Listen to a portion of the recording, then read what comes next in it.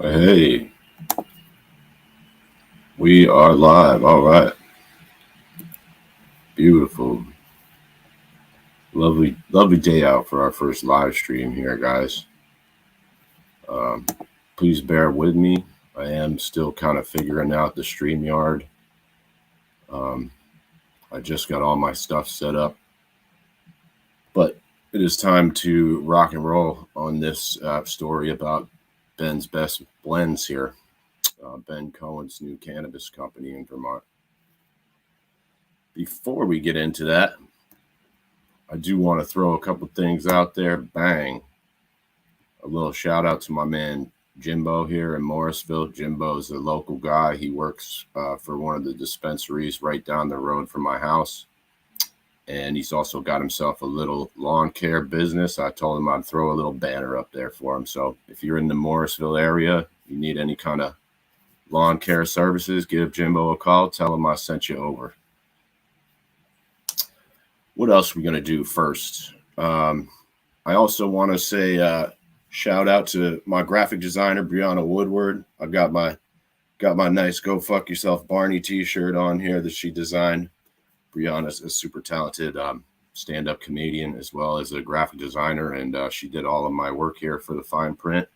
And I hope you're doing well out there, Brianna.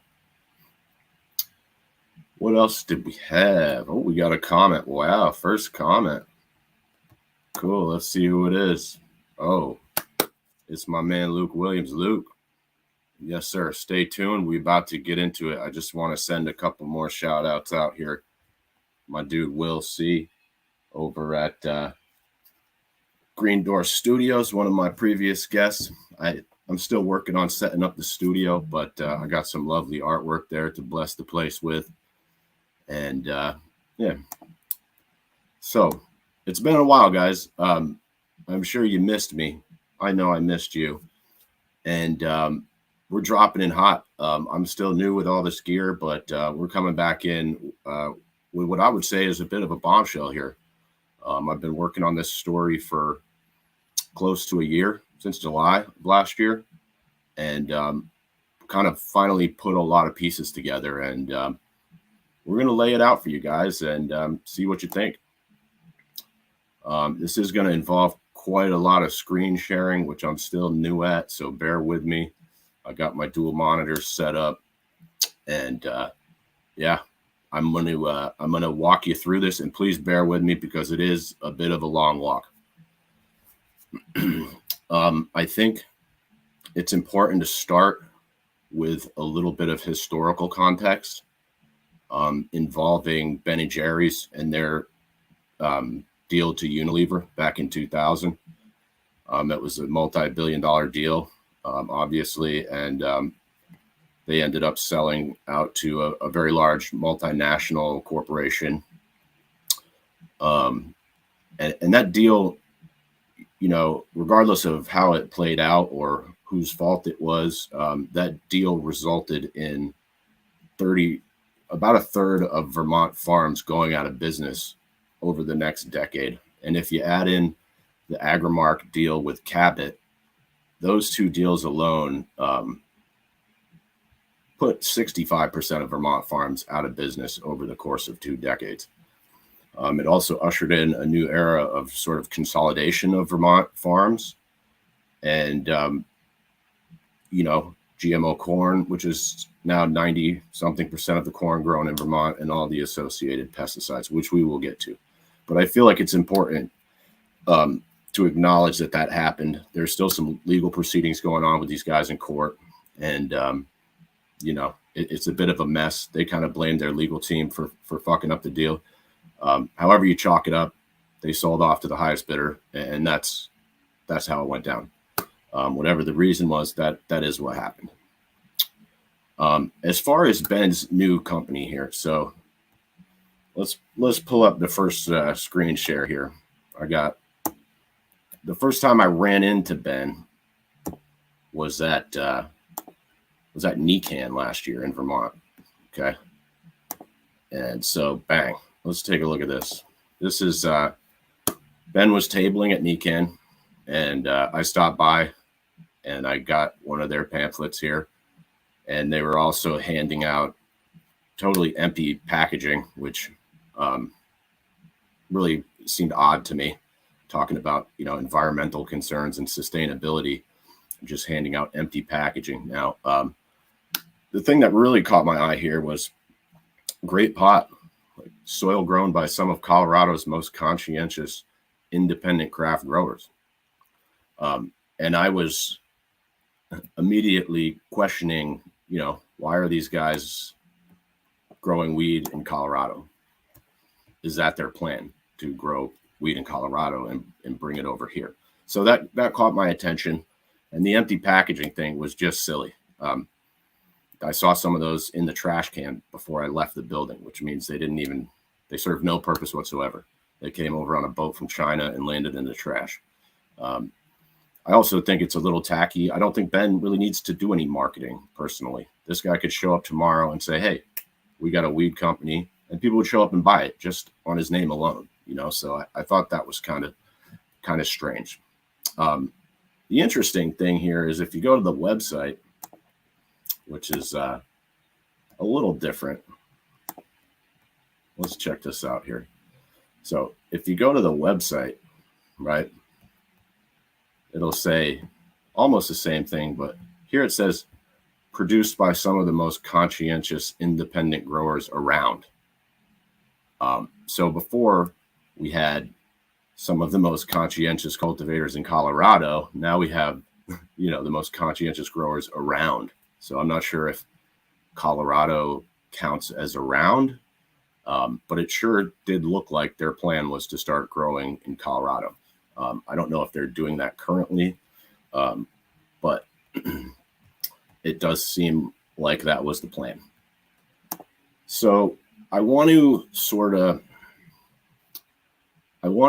they're doing pre-rolls, right? Pre-rolls, vaporizers, and flower.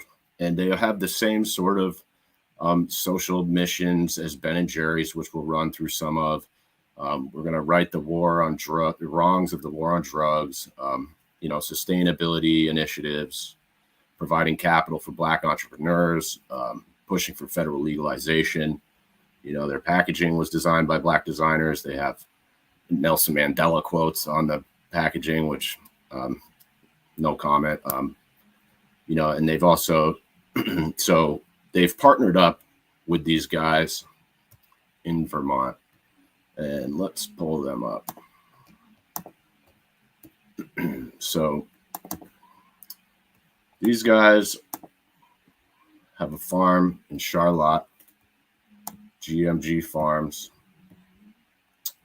Where'd it go? That might be the wrong one. How it's grown. Here we go. Sorry, there's a bunch of these. So here we go. This is Malcolm Green and Jesse Lucas from GMG Farms in Vermont. Ben has partnered with these guys, and they have a beautiful property up there. They've got what appears to be a, 6-figure glass greenhouse. It's just beautiful, beautiful property up there. And I believe Malcolm's brand is called Boreas Ventures. They do have some stuff available retail in Vermont. These guys are partnering with Ben. Now, I couldn't find much on these guys, although I did look. Really, the only thing I could find was in 2022, Malcolm Green on the left there received a NOFA grant for $2,500. And that grant, the NOFA grants, are sponsored in part by the Ben & Jerry's Foundation. Other than that, couldn't really find a lot on these guys here. So although they're less important than the other players here. So here we go. Let's go back to who are these guys. I want to dig into the board of Ben. But here you can see. So Ben's they license independent for-profit businesses to manufacture and distribute B3 products. Licensees pay us a royalty in exchange for use of our formulas, packaging, and trademarks. 100% of those royalties are used to help right the wrongs of the war on drugs. So just to be clear here, I've seen this advertised as a pre-roll company and some kind of cannabis company. It's not a cannabis company. This is a nonprofit. What they do is they license. It's a licensing deal. They allow Malcolm and Jesse to put their weed into Ben's super bright, colorful packaging. And then his company collects royalties off these other guys. They do not grow weed. They do not sell weed. They do not manufacture any type of products. They don't have a wholesale company that I know of. This is just a straight up licensing deal. They don't have any type of cannabis license through the state. So let's go through this a little bit. Let's start with the B3. Of course, you got Ben Cohen there, and we've got Irene Kim. Now, I've heard Irene's a great woman. I've never met her. However, we're gonna just go through all of these real quick. Got boom, boom. Here we go. All right. Still learning how to use these two monitors. Boop, boop, boop. Irene Kim. All right. So there's Irene. You can see back in 2021 and 2022, she worked for Upstate Elevator Supply. That was a company owned by Kelsey and Dylan Rapp. And before then, Green State Gardener, which is owned by the same family. And that's important because there are some other connections with Upstate Elevator among this crew here. Conveniently, you'll notice that one guy who's missing is a guy named Chris Walsh. And we're going to pull up Chris here. Now, for some reason, I'm not sure why Chris was not included on the website, although he has been included in some of their other press releases and things of that nature. And as you can see here, he's listed as the director of operations. Now, Chris is an interesting character. Chris owned Nectar's, which is one of the most popular spots in Burlington, music, food, stuff like that. Chris also used to work for, where do we go? Here we go. You can see here, board member, president, general manager, Ianthus Grassroots. Now, for a little context there, Grassroots Brandon was one of the 5 licensed medical dispensaries in Vermont. They ended up, that license was held by a woman named Alexandra Ford. And they ended up selling that off to Ianthus, which is a multi-state operator. And Ianthus is owned by Alexandra's brother, Hadley Ford. Hadley, on a separate note, was forced to resign from his own company for improper use of investor funds. It looked like he basically pocketed $150,000 for himself out of that. So Chris worked for some of these guys, and these are the guys who, depending how you look at it, either sold out or bought into our medical industry. All 5 of our medical dispensaries were sold off and purchased by MSOs, by the way. And then, interestingly, Chris also served, as you can see up here, on the advisory committee to the Cannabis Control Board. So Chris is very well connected with some big people here, including Ben, and had that seat on the advisory committee. He was one of the few guys that actually had some experience in the industry. I'll give him that. And so let's keep going. Now, who's next here? Who do we got? Let's go into the board of trustees. All right. Bang, bang. So here we go. The trustees, right, oversee the operation and determine how the profits are allocated. So we got five folks here. We've got Phil Agnew. As you can see here, he's got his own kind of nonprofits, and in 2019 was a national surrogate for Bernie Sanders' campaign and became a senior advisor. This is important because the amount of connections here to the Sanders campaign is not a coincidence. Derek Hamilton here, professor of economics and urban policy, founding director for the Institute of Study of Race. He also, and there's that part at the bottom there. I'm not going to read the whole thing, but he also served as a member of the Economic Committee of the Biden-Sanders Unity Task Force. I'm going to skip that other guy for a minute. and come down to Killer Mike. I know some people were disappointed to see his name wrapped up in this, and I was as well. And I don't know if you guys remember, but Mike did a Netflix series with Bernie Sanders. It was called Trigger Warning. I actually really liked the show. I liked Mike's music. He was also recently trying to start a bank, although I believe that's been kind of kiboshed for the moment. But there's Mike in there. Then we got Nina Turner. Nina Turner was a senator in Ohio, and also, as you can see, became a surrogate for the campaign for Bernie Sanders in 2016, and she was the national co-chair in 2020. This is part of this is pointing out sort of the connections that these people have. You know, the all the talk about social equity and helping the people who are negatively impacted by the war on drugs. And, you know, I've seen a lot of people that, like senators, I'm sorry, like maybe I'm crazy, but I don't know if senators really had it that rough for the war on drugs. And I saved this guy for last because this guy is the big kahuna here.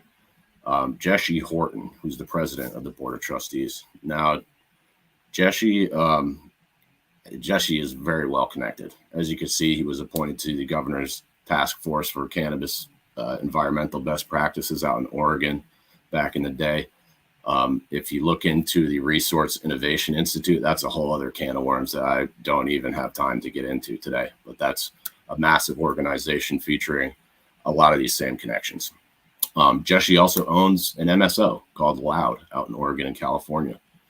And as you can see, he's also the co-founder of the Minority Cannabis Businesses Association, which is important because that's going to tie in some other people here. So that's Ben's staff, right? And when I think about Vermont business, here's the other part. None of these people live in Vermont, to my knowledge. I'm pretty sure Irene Kim lives here, and I'm pretty sure Chris Walsh lives here, and I think Ben lives here. But none of his trustees live in Vermont. Now, interesting part. This gets really weird. If you go down here, right? They have this grant and loan recipient program, right, where they're going to give out loans to Black entrepreneurs and that sort of thing. And you go, okay, cool. So to apply for a loan, contact Jeanette Horton, which immediately caught my attention. You know, I said, Jeanette Horton, she's got the same last name as that other guy. So we go look at Jeanette Horton. Here's her, this is new project here. And so the way the profits are allocated, 80% are going to new project, 10% goes to the Last Prisoner Project, and 10% goes to the Vermont Racial Justice Alliance. So we come in here, and there's Jesse, I believe that's him right there. And you come to find out, Jeanette Horton is Jesse's wife.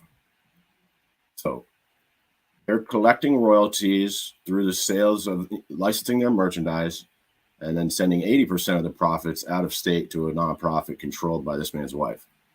And one of the things that really bothers me here is that 90%, the Last Prisoner Project is also out of state. So 90% of their profits are leaving Vermont. Now, what's really important here is to go see who they're partnered with. Let's take a look here. We're going to watch this group. Wana, giant MSO. Cookies, biggest company in the world, maybe. Parallel, owned in part by Bo Wrigley from the Wrigley chewing gum fortune. Super billionaire. Wild, that's another MSO. And now here's the big one. Hawthorne. Hawthorne, okay. Let's get into that one. So let me take this down. Hawthorne, right? Bang. Let's see. Is that new? Bang. There we go. Hawthorne is the investment vehicle for Scott's Miracle-Gro, which is Jim Hagedorn and the Hagedorn family. Scott's Miracle-Gro well, it was Miracle Grow at first, and they merged with Scott's. And I didn't realize this family had such deep roots here until I started looking into this further. Now, the problem with this here, let's pull that down. We got to know. Let's keep moving right along. Here we go. The problem I have with this here. Now, I don't know if you can read that. That says Monsanto and Scott's Miracle Grow expand partnership. As you can see, since 1999, they've been in cahoots. And in 2015, they expanded their partnership. Now, when we're talking about environmental sustainability issues, I can't imagine a worse partner. Here you've got, and I'm telling you, this, let's take a look at some of these screenshots I got. So these are some of the players involved really in the sellout and the consolidation of our ag industry here in Vermont, specifically the dairy industry. And like, let's take a look. Like, I pulled up some charts from the state, right? Boom. This is glyphosate usage in corn fields and forages. Glyphosate's the fourth one from the left there. And as you can see, bang, there's a big spike. These numbers only go back to 2012. But let me get that banner out of the way. You might be able to see the dates. So as you can see there, big spike in glyphosate usage in cornfields. And that's because, as I said, 92 or something percent of the corn grown in Vermont now is GMO corn. And here we go. Here's glyphosate usage in highway and railway. Bang, look at that. Here's the glyphosate usage. Oh, that's the corn again. Well, I might have double posted that one. Okay, but I think you get the idea. There's more of these graphs that you can find on the state's website as well. Now, let's go back to the loans and shit. All right. So we're back here. Whoops, I gotta take that down. So Blnz, as you can see, we don't have any profits yet. However, they have made one low interest loan. And here's the guy. So this guy's name is Kieran Ali, or Ali. I'm not sure exactly how you say that. He got a loan back in 2021, which was before they even announced this, I believe. As you can see, he's in Texas. He owns a company called Natural Mystic, which is a minority-owned rolling paper company. And he's got a touching story about his immigration and blah, blah, blah. And now this really fucked me up here because I get to this part where he said Natural Mystic's products are handcrafted in Indonesia. The company funds meals and financial support to the crafting team made up of primarily women as part of the Break Poverty movement. And this loan gives us the runway to meet growing customer demand and puts the company significantly closer to realizing my vision of being a global brand. Now, this guy, okay, doesn't really need a loan. Let's take a look at his LinkedIn real quick. So here's Kieran. Now, before he was owner of Natural Mystic, what do we got here? Freeport LNG, GDF Suez Energy Resources, LNG Supply, Atlantic LNG. And if you guys know what LNG stands for, that stands for liquid natural gas. So also caught, that is a red flag. So part of your environmental concerns, and even on their website, which I'll go back to, they talk about how they don't want plastic being used because it fuels this oil economy and blah, blah, blah. Well, here they've just given a loan to their buddy who spent 15 years in the fossil fuel industry. I'm not sure how that ties into your environmental concerns, but let's take a look at this. Bang. That is the Gulf South pipeline network that supplies the natural gas to Freeport LNG, which at one point was the second largest exporter of natural gas in the country. It's a big company. Now, I don't know if you guys are familiar with what's going on in Louisiana in the gas industry, but in Baton Rouge, where some of this pipeline runs through, is a place. It's a stretch of highway. It's about 250 miles that runs through the Gulf Coast, and it's called Cancer Alley. And it's called Cancer Alley because the air is so polluted that your risk of cancer goes up 95%. Now, please someone explain to me how giving loans to a guy who's running gas through Cancer Alley fits into your environmental platform here. I really just, I don't get that one at all. And expanding into Indonesia is another interesting little nugget here. And I actually interviewed a man in jail in Bali, and we're trying to find some friends over there who can go check out this factory and make sure it's on the straight and narrow. Because I think, and I'm not making any accusations here because I don't know where the factory is, but I think we know what goes on in Asian countries. People shop there for cheap labor. It's that simple, really. And the fact that this guy already has a rolling paper company in Texas, and now they're just going to expand into Indonesia just so he can realize his vision of having a global footprint. Like, I don't get it. This dude, the social equity sort of loans were supposed to be to help people who need the money. This guy does not appear to need any money. He's doing just fine, and these are good paying jobs at these natural gas places. I have friends who work in the oil industry, and believe me, they're doing all right. All right. So what do we got left? Let's go back to bang. We're going to do a little tie in here because, all these people are sort of connected in interesting ways. And I couldn't really, I was having trouble putting it together. And I really just wasn't sure. I felt like there was a missing piece, or something. And then I see, bang, okay, we've got, what do we got? Where is this other one? So, where'd I go? Bang, all right, here we go. And then I see this pop up from the Parabola Center with Shalene Title. Okay. And I have my suspicions that these guys were all friends before this, and this kind of just helped me tie it together here. The Parabola Center is another nonprofit down in Boston. It's a think tank. I think you guys know what I think about think tanks. But this kind of tied it together. And I said, wow, okay, maybe I was on to something here. And then you go, okay, what else? Are there any other connections between these guys? Okay, let's see.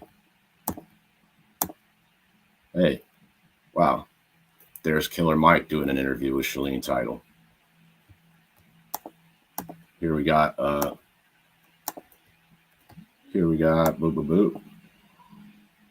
I don't know if I pulled all those up, but there's also a number of other interviews you could find with a lot of these people. Derek Hamilton did a panel with some like M4MM Drug Policy Alliance where Shalene was the keynote speaker.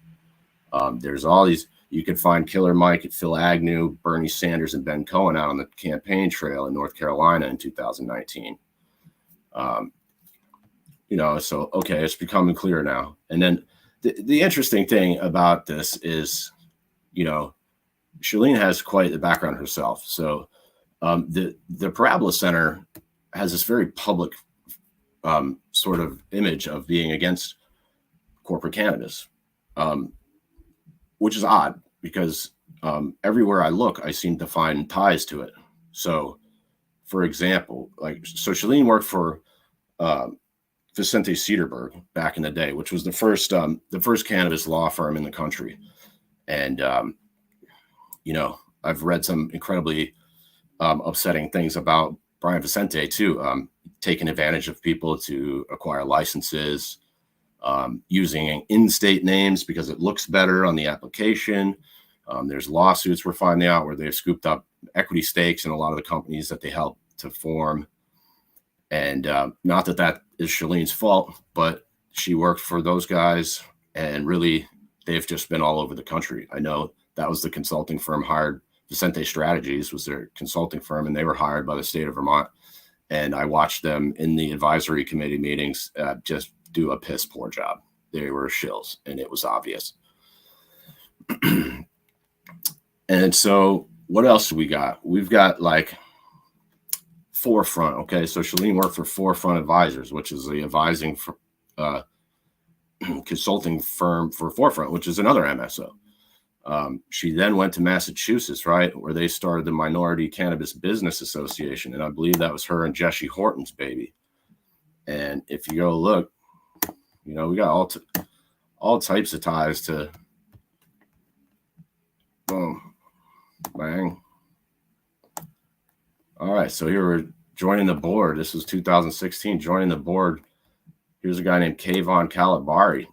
Kayvon was the COO of Cresco Labs or something. He was one of their executives right at the very beginning. That's another big MSO. And you can see Jesse here saying they're going to do great things for our organization and our members.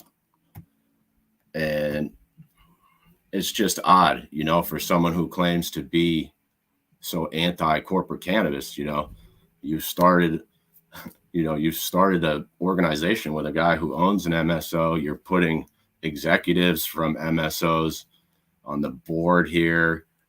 And there seems to be at least one MSO executive on their board constantly. So I just found that odd. I find this to be all very insincere. I don't know if I missed anything there. We got the ties to Monsanto through the Hawthorne New Project. We've got the loans to this guy in the fossil fuel industry. And all for what? You know, this supply chain seems wild. You're going to make papers in Indonesia and sell weed in Vermont, and the packaging's from China, of course, which again is limited options because of the Vermont rules. But I mean, that's what it is. How does that fit into your sustainability and your environmental concerns here? And on another note, how exactly is this equitable? You know, you set up a board of trustees to send all this money out of the state. They're using Vermont land and Vermont resources to grow their products. And, well, for now, at least until federal legalization comes down. And then I bet you $20 they're trucking in, you know, mids from Colorado. It's just, I really don't understand how any of this fits in. That's so much transportation. You're supporting a guy who works in an industry that you claim to hate. You've got all these corporate connections, and clearly, you know, as we saw with the deal with Unilever and Ben & Jerry's, coming back to that, clearly these guys don't have much of a problem working with big corporations. You know, they sold out to these guys. So like, what I'm worried about is that we're going to see a repeat of that in the cannabis industry. It's clear that what they're doing is setting up for a massive expansion here. And, you know, I just, it seems fishy, man. The Monsanto stuff alone is fishy. Like, how could you care about the environment and work with those kind of people? I'd love an explanation. And I tried to get a comment from Ben Cohen. Turns out he didn't really want to comment. We also tried to reach out to Killer Mike through a mutual friend who was super disappointed to see Mike involved in this. And you know, Mike did not respond either. And personally, I think these licensing deals are bullshit. It allows people without cultivation licenses, or you don't have to do any type of license at all, and you can, you know, make money off the weed industry. You don't have to go through the same rigorous FBI background checks and fingerprinting and all that bullshit that everybody else has to go through. And, you know, they just kick back and they're making royalties off a black dude growing weed for them, which I find just questionable, Ben. And Ben says he's not taking a salary. It's okay. So the rest of you guys are making money off someone else's work, you know? This is not the equity that we were promised, you know. And again, this is a great example because we're seeing this all over the country. We're seeing celebrities. We're seeing all kinds of people from privilege who talking about equity and shit, and then they're putting together companies like this where what they're doing is just funneling equity out of our state into the hands of his wife's nonprofit, which they're also partnered with. So it's just a big circle of giving each other money and tax write-offs. And if you care so much about righting the wrongs of the war on drugs, 10% going to the Last Prisoner Project is kind of insincere, in my opinion. They haven't done any lobbying. I checked lobbying records for Ben and Jerry's. I haven't found anything that's related to that. So I find that to be a little bit of bullshit too. Anyway, I got some comments over here. I think that about did it, man. I thought that was going to take a little longer, but yeah, that's about it. And we're going to come back. We're going to do another one of these next time where I'm going to let some people in and we're going to chat about it live. Who do we got? We got bang, bang. Legally Nifty. Hawthorne is the worst. Hoppy Smokes. Horrible company to be associated with. Boom, boom. I agree. This shit is wild. Great job, dude. Thank you kindly, man. Let's see. We got Luke Williams, man. How you doing? Underground growers have long known about Monsanto and their takeover. You just have to look at what they did with the corn seed. Absolutely, dude. And that's why when I saw this, I was immediately concerned, man. The amount of pesticide usage, as you saw, I showed some of those glyphosate numbers. That's just getting into our waterways. It's getting into our soils. It's probably in the air. And I just don't support that kind of business at all. And if you're working with people that are supporting that kind of business, you're just as guilty, in my opinion. Boy, what else do we got? Jessica Lowski. Oh, sorry, driving, so we keep getting kicked off, but we're here. That's Old Growth. Hey, guys.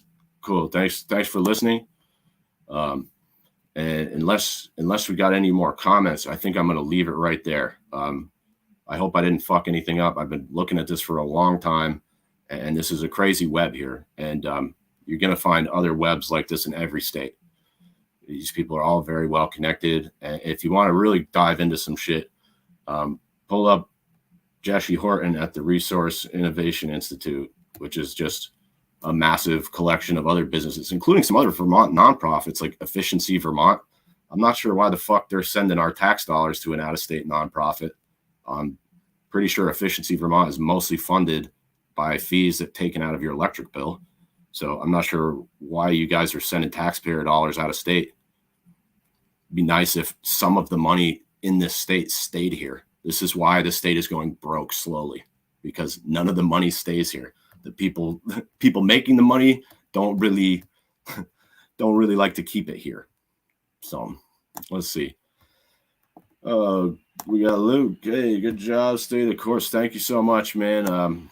As always, it's a pleasure to hear from you, my man. There's Jess asking me who's growing for them in Vermont. So in Vermont, it's a GMG farm. Well, their names are Malcolm Green and Jesse Lucas. And here, I'll pop that one back up for you one more time. Who are these guys? How's it grown? Well, I'll tell you how it's not grown. By Ben. So there you go. Jesse Lucas and Malcolm Green. Charlotte, Vermont. It's a beautiful farm up there, too. Some of the nicest property. And I believe Malcolm's brand, again, is called Boreas Ventures. I feel like I saw some of their stuff at retail spots. I know Grand Central looked like they had some. That is their growers for sure. Oh, it's Stacey Bates. Hey, Stacey. Hey. Good to hear from you. And this is another great question here. What can we do to expose things like this? Well, this is something that I was asked by a couple of the guys in Vermont here who I told this story to, who were not thrilled to see Killer Mike in here, because Mike talks a lot about helping poor people and he talks a good game, and this definitely seems off brand for him. And, that's why we tried to get a hold of him. I thought, hey, my buddy said, yo, we got a mutual friend who's really tight with him. I said, yeah, if we could get us on the phone, like that'd be a great start. Obviously I have a small platform here. It's hard to do all by yourself. I mean, if I had 1 million viewers, I'm sure that would help. But it seems like one of the best options is to try to find somebody who has a platform like that, who has some scruples and who gives a shit, and use that to sort of piggyback. Like I thought Killer Mike would have been perfect, man. I like the guy. I actually had messaged him before after a couple of speeches he gave. I told him what a great speech it was and blah, blah, blah. He left me.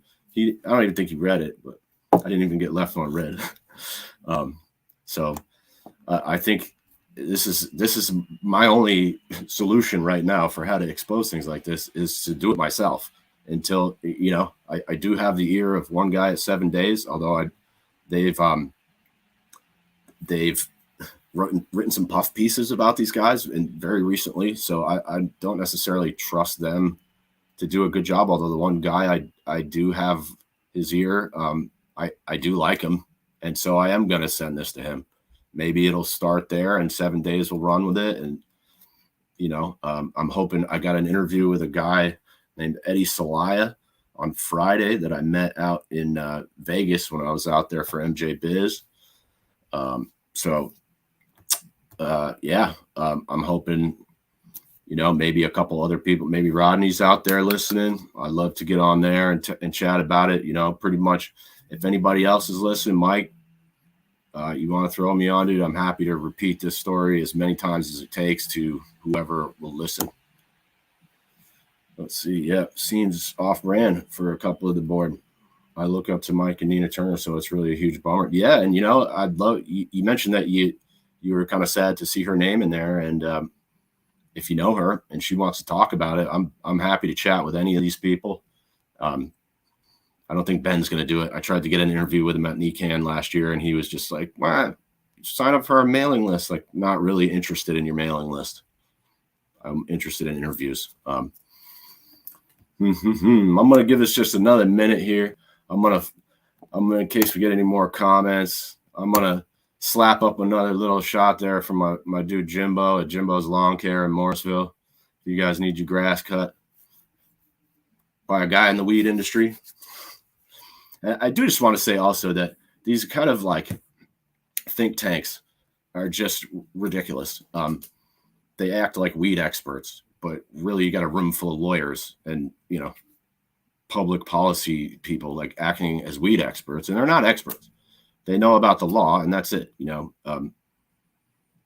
They should get some actual experts in there. Might help them out a little. All right, guys. Well, this has been a blast. I want to thank you all for tuning in. I want to thank my man Will C for the artwork, and I want to thank everybody again who donated to the fundraiser here. This new gear is sounding really nice. The audio is really good. The control is nice. I got 2 monitors up in here, and as soon as I can get a desk built, we'll have my nice rolly chair, which I got a nice purple rolly chair to match everything else. Yeah, that's it for me, guys. I'm signing off. Remember, the devil is in the details, and the details are in the fine print.